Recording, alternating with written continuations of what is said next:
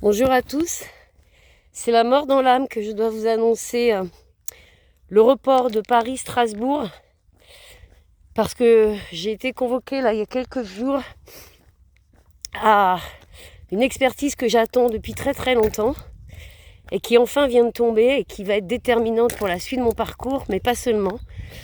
Pour beaucoup de militants qui sont aussi dans ma situation et pour lesquels, comme je vous l'ai déjà dit, rien n'existe pour leur venir en aide.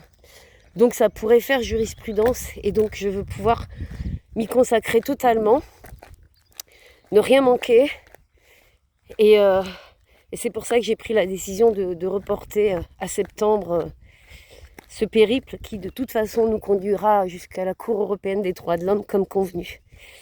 J'en profite pour m'adresser aussi particulièrement aux militants syndicaux de tous bords, essentiellement évidemment ceux de la CFDT. Mes camarades, mes amis, quand vous voyez ce genre de situation se produire sous vos yeux, parce que je sais que certains le voient, je l'ai vu en ce qui me concerne, donc je sais que certains le voient, agissez, ne laissez pas faire, parce que malheureusement, au-delà de vies qu'on détruit, c'est aussi une qualité de travail qu'on abîme.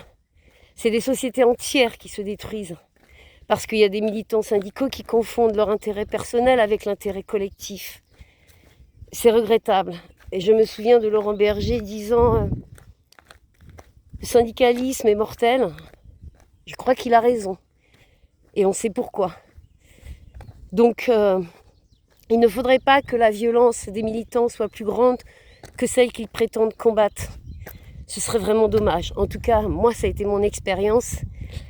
Et je me battrai jusqu'au bout, comme je vous l'ai dit, pour vivre, pour survivre.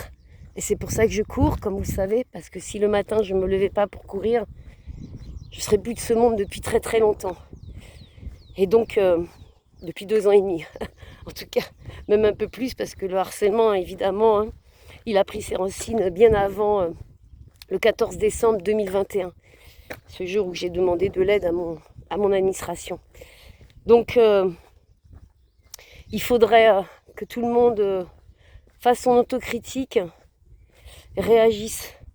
Et en attendant ce jour, et je ferai partie de ceux-là, parce que tout le monde doit se remettre en question, en attendant ce jour, je voudrais vous remercier, vous tous, surtout mes amis qui se sont mobilisés, tous ceux que je ne connais pas qui se sont mobilisés, tous ceux que j'ai rencontrés qui se sont mobilisés, tous ceux que je m'apprêtais à rencontrer qui se sont mobilisés.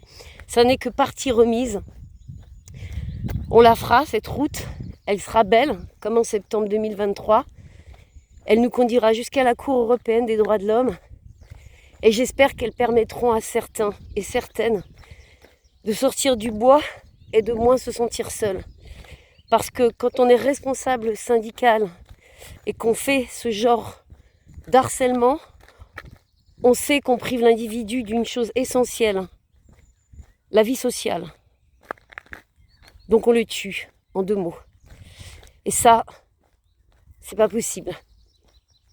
Donc je vous souhaite une bonne journée. On se dit de toute façon à très vite, parce que je vous tiendrai au courant, bien sûr. Bien sûr, je continue aussi les entraînements. Bien sûr, je continue à me battre. Et bien sûr que je serai militante jusqu'au bout, quoi. À très vite.